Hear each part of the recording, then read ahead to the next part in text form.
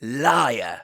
It's not exactly the sort of word you'd expect to ricochet off the walls of Parliament, is it? But let's face it, that place is often, it seems, more stuffed with porkies than a packet of M&S Percy pigs.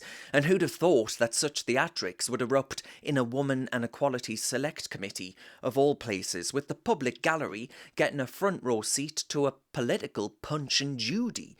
But there we were on Wednesday with Labour's own Kate Osborne MP accusing the Conservative Equalities Minister, Kemi Badenoch, of slapping her with the liar label. And what a spectacle it was. It was fiery, it was feisty, and let's not mince words, it was bloody good fun to watch. Osborne, a left-wing Labour MP in the North East, clearly got her knickers in a twist. She lobbed the accusation of transphobia at Badenoch, claiming she'd compared the emergence of trans kids and youths to some sort of plague. And Badenoch's retort was, "I have never said that. That is a lie."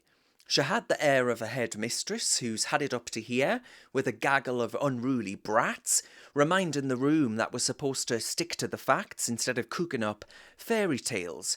But when Osborne was pressed for evidence of her supposed disease comment, the response was a classic left-wing muddle. It was mumbles, it was ums and ahs, it was frantic smartphone scrolling. And you've also made these statements using inflammatory language that likens children and young people coming out as trans to the spread of a disease. I've never said that. That is a lie. Well, that is a lie. And I think you should withdraw that statement. That is a lie. You are lying. You are lying. I'm not lying to you. You are lying. I have never ever used the word disease. And I think this is exactly what I'm talking about. You are making statements in a select committee that are untrue. You've just called me a liar. Can I just remind the Minister that is unparliamentary? Right. What she has said is not true. It's not true. And we have to use facts in this room. We can't just make stuff up. This is what I'm talking about. Well, I absolutely agree with you. I just don't think that your facts necessarily... When was that statement made? And where? So this is the government's own data. No. You said I used the word disease. When? I don't know. Did you? Of course I didn't. Well, and so you don't even know where that came from. Where did you get that from? Where did you get that from? I'm not here to answer your questions. Because you don't know. Because you don't know. It is not true. And you should not be saying that in this committee when you don't know where that statement came from. I'm not calling you a liar. You called me a liar. Can we please make sure that both of you use parliamentary language, please? I won't have this degenerate. Well, I will not have my name maligned by people making false statements about me. That is not true. We have to do better than this. I absolutely agree with you. Osborne then tweeted that the minister called me a liar, and there was no lie, as you can see for yourself in this video. Well, Twitter watched the video and, Twitter started trending with the hashtag Kate Osborne is a liar. So you can make your own mind up on that one. But let's just clear the air here. Badenoch hasn't once equated children coming out as trans to a disease.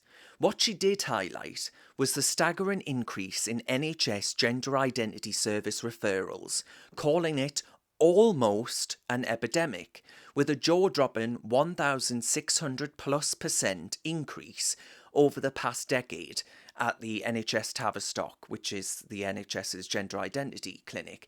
It's hardly a stretch. Now, that Tavistock clinic has been given the boot after a report trashed it for being unsafe for kids. Yet there's still a backlog of 8,000 youngsters waiting for help with this modern menace of gender confusion.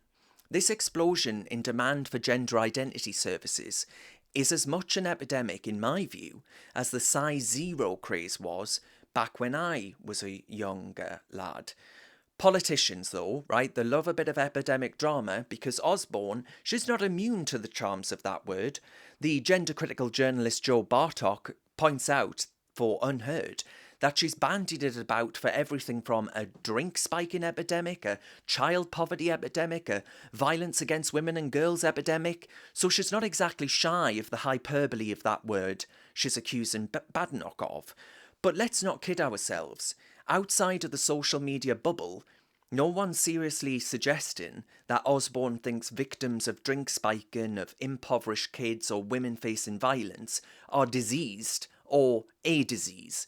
By calling Osborne a liar, Badenoch might have veered off some well-trodden path of parliamentary niceties, but I don't think we've got time for such niceties. I'm with her. I'm with every kid that will come to regret being placed on experimental puberty blockers, on these hormone treatments, or having their breasts removed. With the whistleblowers at the NHS pointing out that parents in certain communities prefer a trans outcome over a gay outcome, rank homophobia, or those tasked with the care of kids terrified of losing their jobs if they don't play along with the latest gender fad. You've got parents that live in fear that they'll be accused of transphobia and ultimately lose their children. We're witnessing a right old mess. Blokes flashing their bits in ladies' loos. There's fellas convicted of violence against women, waltzing into women's prisons as if they've every right to be there, and the state allows it. And here's the kicker, their victims, the women they've terrorised, are being strong-armed into calling them she and her. Come on, right? Let's get real. Let's call a spade a spade. It's not just wrong, it's a slap in the face of common sense. It's so important that politicians of principle, like Badenoch, are fearless and frank in calling this out. It wasn't hysterical hyperbole. It's a serious assessment of the scale of the issue that our children and young people face. Have you got what it takes to be a reasoned presenter? Well, send us a short clip of yourself to join@reasoned.uk and we might be seeing you on this very channel very soon indeed.